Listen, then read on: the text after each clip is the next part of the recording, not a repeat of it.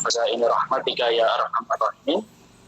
Rabbi sadri wa yassir li amri wa hlul 'uqdatam min lisani yafqahu qawli. Terima kasih atas kehadiran rekan-rekan sekalian.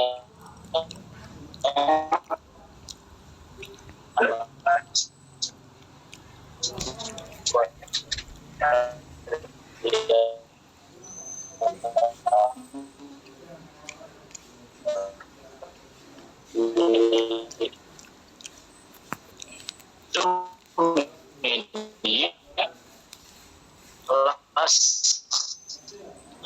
pada minggu ini daring ya. Alhamdulillah Anda semuanya sudah orang mahasiswa.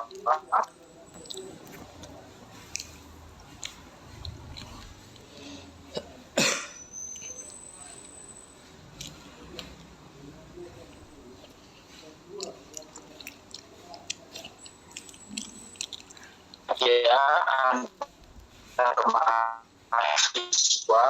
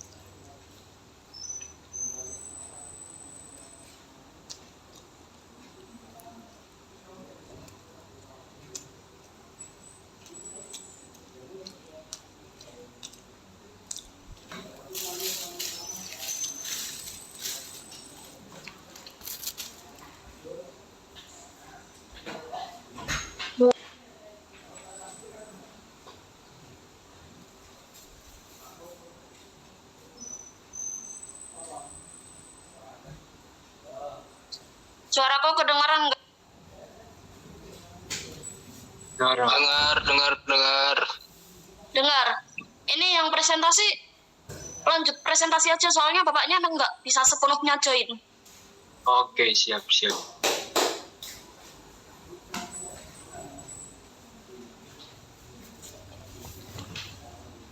Putus-putus nggak sih? Enggak, yang punyamu enggak. Yang punya bapaknya tadi baru putus-putus.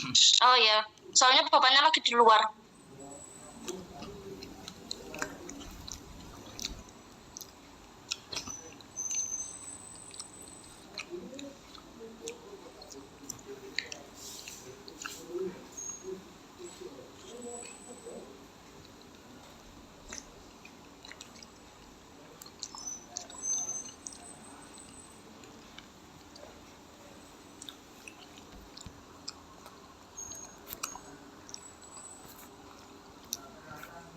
Ini langsung mulai aja ya.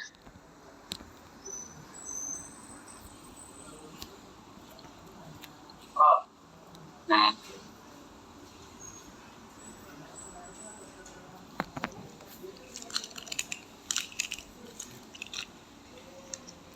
Suaraku dengeran kan? Jelas mal. Oke, siap. Aman. Siap. Oke, bismillahirrahmanirrahim. Assalamualaikum warahmatullahi wabarakatuh. Waalaikumsalam warahmatullahi wabarakatuh. Waalaikumsalam warahmatullahi wabarakatuh. Sebelumnya Mas Kodri ada nggak, Mas Kodri?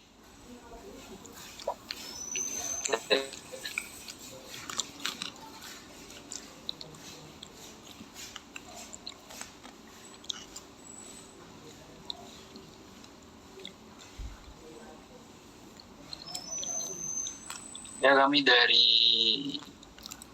aku sama Adan di sini ingin membahas materi tentang penataan manajemen.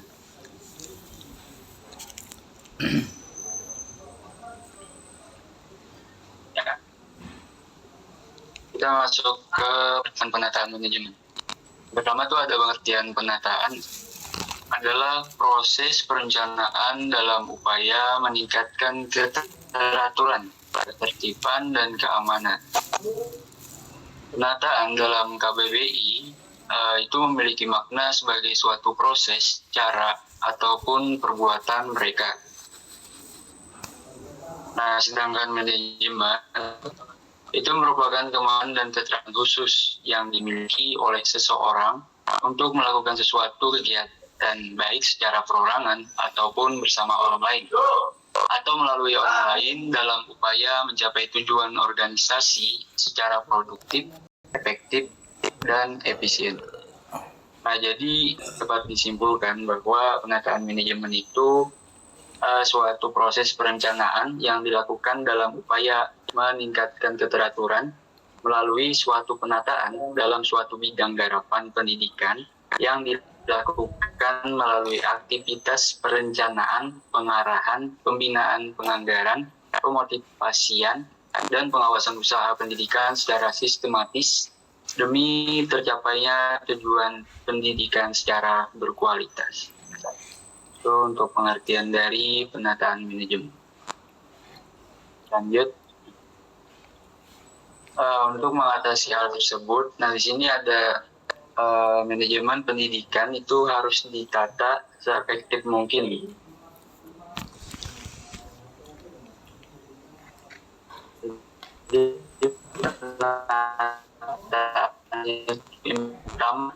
Perlu dilakukannya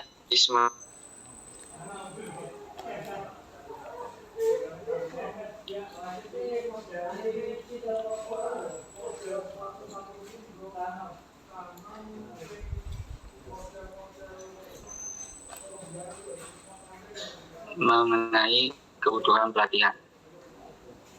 Pelatihan, gaji atau pendapatan guru, ataupun di studi lanjut. Nah, jadi itu yang pertama itu need assessment. Yang kedua tuh ada school based budgeting yang operasional dan outcome based. Maksudnya dari school based budgeting itu penganggaran keuangan sekolah, penganggaran keuangan berdasarkan kepada kebutuhan sekolah. Gitu. Tapi berarti Dinas Pendidikan Nasional dan kabupaten ataupun kota perlu memberikan wewenang dan pembinaan kepada kepala sekolah untuk mengatur rumah tangganya. ini aja. Kecil gitu. Oke, lanjut. Selanjutnya ada penataan manajemen pendidikan, utamanya untuk perbaikan kualitas dan gaji guru memerlukan persyaratan. Nah, menurut Gray itu ada 5 syarat. Yang pertama itu ada komitmen. Nggak pulang. Yang nggak pulang yang pulang. Yang nggak pulang aja. Komitmen itu adalah Pulang aja. Hah? Kalau nggak pulang suruh pulang aja. Kalau nggak pulang suruh ketemu teman-temannya. Ya perjanjian untuk melakukan sesuatu atau keterikatan. Nah, jadi komitmen ini misalnya kayak dari pemerintah daerah dan dinas pendidikan nasional tuh harus mempunyai komitmen untuk meningkatkan kualitas dan gaji guru. Tanpa adanya leadership komitmen atau komitmen kepemimpinan lah, ini otonomi daerah itu tidak berhasil. Nah, yang kedua itu ada collaboration atau kolaborasi. Jadi syarat kolaborasi dalam penataan manajemen pendidikan ini itu harus dipenuhi juga misalnya antara pemerintah daerah, dinas pendidikan nasional, dan lembaga lain yang terkait harus bekerja sama secara erat merencanakan dan memecahkan masalah tersebut. Yang ketiga itu ada concern. Sony kekhawatiran lah. Jadi kekhawatiran kalau di sini diartikannya kepedulian gitu. Nah, kepedulian untuk menerapkan peningkatan juga perlu dioperasionalkan dalam praktik nyata. Nah, utamanya dari dukungan dana yang cukup dari pemerintah daerah. Jadi penataan manajemen itu perlu juga yang namanya kepedulian. Ya tadi untuk meningkatkan praktik nyatanya dengan dukungan dana dari pemerintah daerah. Kedua, yang keempat itu consideration atau pertimbangan. Pertimbangan ini terjadi karena adanya penyelewengan terhadap rencana. Nah, itu harus segera dimodifikasi dengan pertimbangan yang matang. Selanjutnya ada change atau perubahan. Tadi perubahan ini tetap berkaitan dengan penyelewengan terhadap rencana tadi. Jadi penyelewengan terhadap rencana harus segera dimodifikasi dengan pertimbangan yang matang sehingga perubahan yang diharapkan dapat tercapai. Nah, 5 persyaratan ini sesuai dengan paradigma baru atau yang kita bahas sebelumnya tadi di outcome based tadi. Gitu. Ya, mungkin selanjutnya akan disampaikan oleh saudara kita Audrey Ramadan.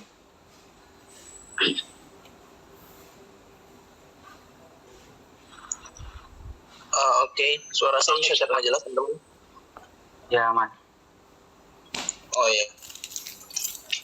Oke, di sini saya melanjutkan presentasi dari saudara Kamal terkait dengan pengembangan kinerja guru yang berkaitan pengembangan profesi guru. Nah, oke, baik. Yang pertama, menurut Sahertian dan dalam Ponco Dewi tahun 2003, ada 3 pengembangan kinerja guru yang berkaitan dengan pengembangan profesi guru. Yang pertama itu program pre-service education, yang kedua itu program in-service education, yang ketiga itu program in-service training. Nah, lanjut ke pengertiannya adalah program pre-service education adalah merupakan program pendidikan yang dilakukan pada pendidikan sekolah sebelum peserta didik mendapat tugas tertentu dalam suatu jabatan. Di sini kata kuncinya itu pre-service, pre itu artinya sebelum, biar mudah menghafalnya kayak gitu aja. Terus yang kedua ada program in-service, ini tuh artinya di dalam ya, jadi terselenggaranya program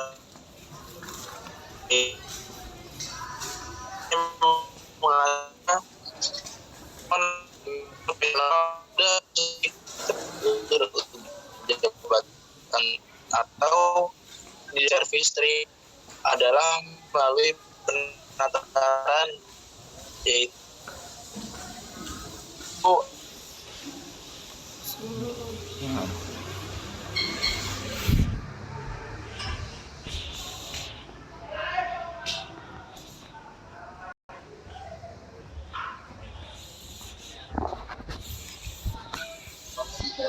soal penataan manajemen pendidikan dalam upaya meningkatkan kinerja guru harus juga dilihat dalam aspek pengembangan profesionalisme guru. Maka alternatif pengembangan profesionalisme guru menjadi program-program yang mempengaruhi kinerja guru.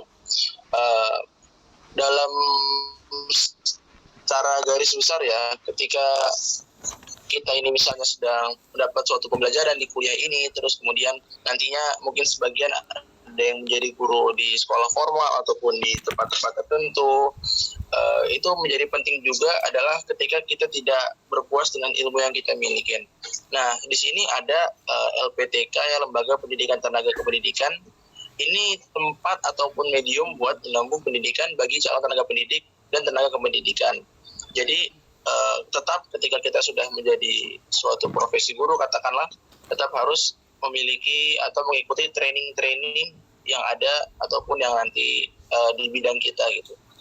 Terus menurut Diknas tahun 2005, berdasarkan hasil analisis situasional di masing-masing daerah, ada berbagai alternatif peningkatan profesionalisme guru dapat dilakukan oleh yang pertama dinas pendidikan setempat, yang kedua dinas pendidikan bekerja sama atau melibatkan instansi lain atau unsur terkait di masyarakat, yang ketiga C masing-masing guru sebagai kegiatan individual dan mandiri, yang D kerjasama antara dinas pendidikan dan guru sekolah. Seperti yang telah diterangkan oleh saudara Kamal tadi, ada 5 penataan manajemen pendidikan ya. Yang pertama komitmen, collaboration, concern, consideration, dan change. Mungkin ini banyak aspeknya di soal komitmen untuk tetap semangat, kolaborasi tadi dengan dinas pendidikan setempat juga, kolaborasi dengan masyarakat, terus juga ada concern di bidang tertentu, dan juga change, dia ada perubahan terhadap society, terhadap society, lingkungan setempat gitu ya sebentar. Terus kemudian dijelaskan pula beberapa alternatif program pengembangan profesionalisme guru sebagai berikut. Di sini ada 7. Yang pertama itu program peningkatan kualitas pendidikan guru. Karena mungkin beberapa di luar sana ada yang pakai jadi beliau-beliau sudah tersertifikat pernah mengikuti pendidikan yang khusus untuk guru. Terus yang kedua, program penyetaraan dan sertifikasi. Ini juga penting dalam artian sebagai bentuk formal kita sudah mengikuti suatu rangkaian kegiatan belajar. Yang ketiga itu ada program pelatihan terintegrasi berbasis kompetensi. Ini program pelatihan ini sifatnya juga mungkin banyak ditemuin ya, bisa kalau sekarang bisa online, bisa offline juga, tergantung kompetensi yang dimiliki, tergantung bidangnya yang dia pelajarin. Yang keempat, program supervisi pendidikan. Yang kelima, program pemberdayaan MGMP, musyawarah guru mata pelajaran. Biasanya ini sangat aktif ya kalau di daerah-daerah atau di lingkupnya masih provinsi. Ini MGMP, misalnya MGMP PKN, MGMP Penjas gitu ya, kalau berbicara mata kuliah itu sangat aktif dan sangat dibutuhkan untuk saling tukar wawasan dan juga saling sinergi antar sekolah. Yang kedua ada simposium guru. Simposium itu bisa diartikan sebagai wadah yang sama-sama forum yang sama-sama membahas isu tertentu. Yang ketujuh ada melakukan penelitian.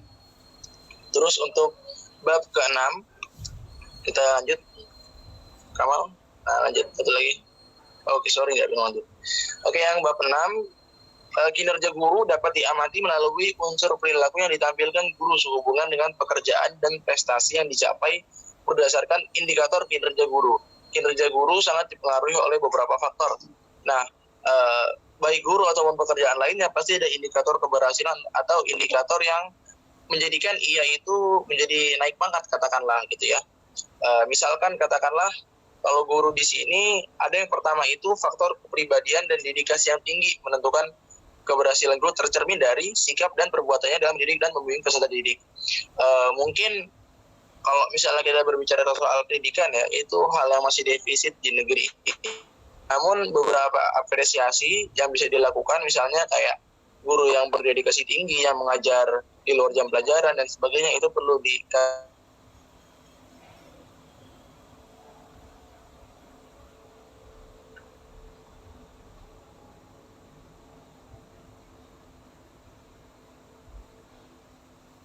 bertahan dalam era hiperkompetensi. Seperti yang sudah pernah kita diskusikan di awal dalam kelas, ternyata kita ini mayoritas masih ingat pelajaran-pelajaran yang di luar buku ataupun pelajaran-pelajaran hidup ataupun experience dari guru tersebut. Ini sangat penting dalam penanaman adab ya, atau menjadi mempunyai manner yang bagus, mempunyai adab yang bagus.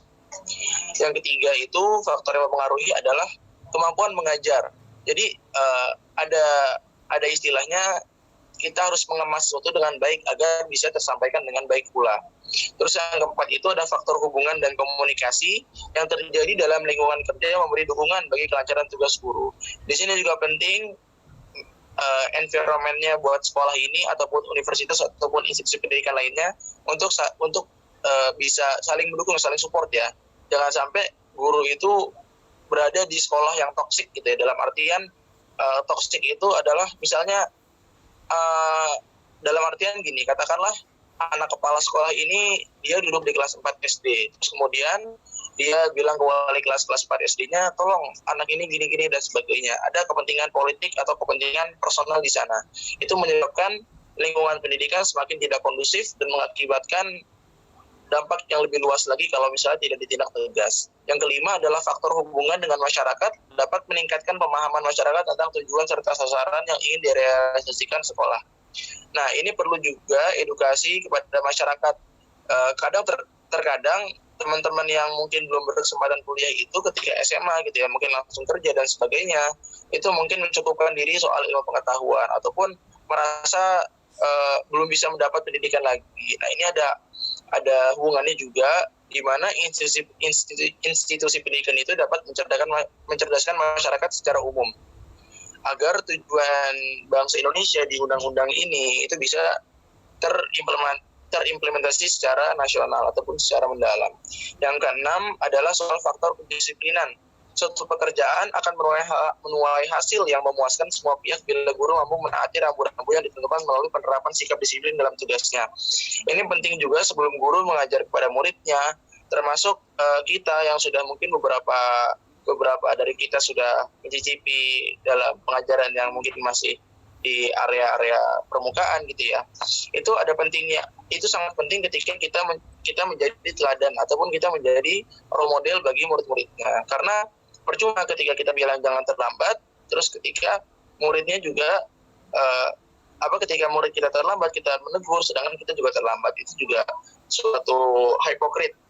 Yang ketujuh, hipokrit itu kayak kok standarnya kok kayak gini, jadi nggak jelas gitu. Terus yang ketujuh itu adalah faktor tingkat kesejahteraan. Memberikan insentif yang pantas sebagai wujud memperbaiki tingkat kesejahteraan guru, mencegah guru melakukan kegiatan membolos karena mencari tambahan di luar untuk memenuhi hidup.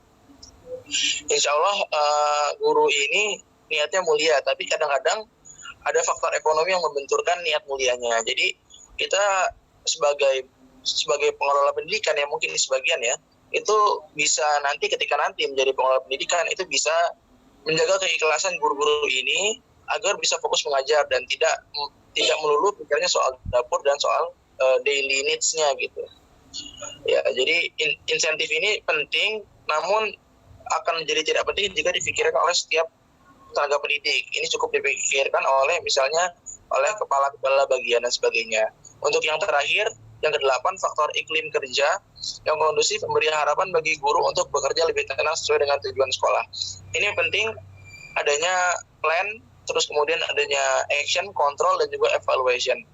Nah, di sini maksudnya adalah gimana ketika sekolah itu punya atau institusi itu punya visi dan misi, itu dieksekusi, kemudian dikontrol oleh kepala bagian atau penanggung jawabnya, kemudian dievaluasi mana yang kurang dan sebagainya, agar guru-guru bisa saling berkolaborasi lebih mantap lagi ke depannya. Saya rasa cukup sekian penjelasan saya dari saudara Kamal. Terima kasih. Di sini ada quotes ya terakhir untuk penutup. Al-mu'allim najih huwa ahammu a'midati bina'i ta'limin najih. Jadi guru yang sukses merupakan pilar utama bangunan pendidikan yang sukses. Ya. Syukran barakallahu fikum teman-teman. Makasih atas segala perhatiannya. Kita cukupkan. Assalamualaikum warahmatullahi wabarakatuh. Waalaikumsalam warahmatullahi wabarakatuh. Terima kasih.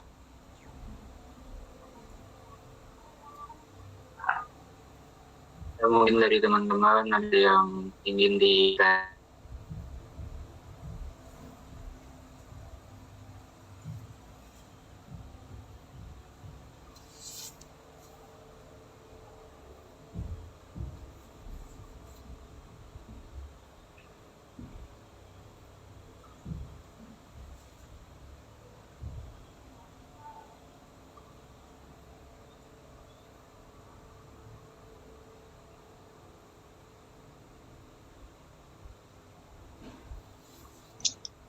Silakan teman-teman kalau misalnya ada yang ingin bertanya ataupun ada yang ingin didiskusikan bisa diungkapkan.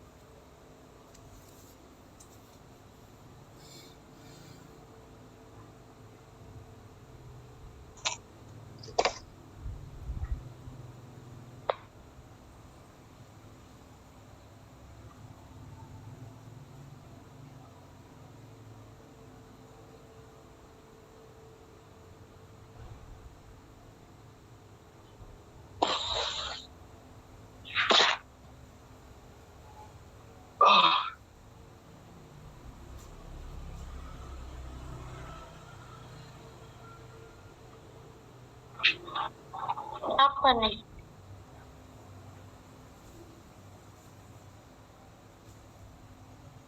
Bapaknya belum bisa masuk ya?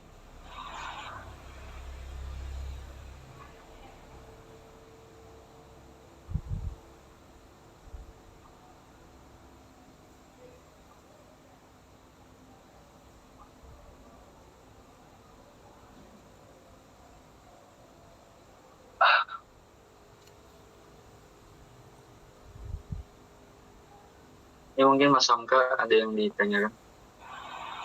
Ada diskusi bareng-bareng sini.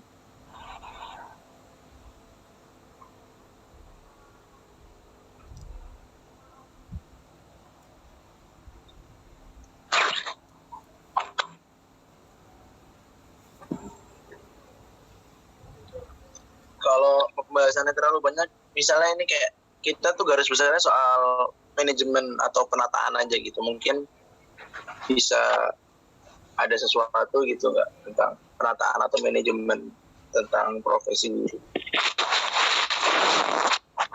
PPT-nya boleh dibagi nggak? Oh iya, boleh, aman. Belum kita share ya. Guys.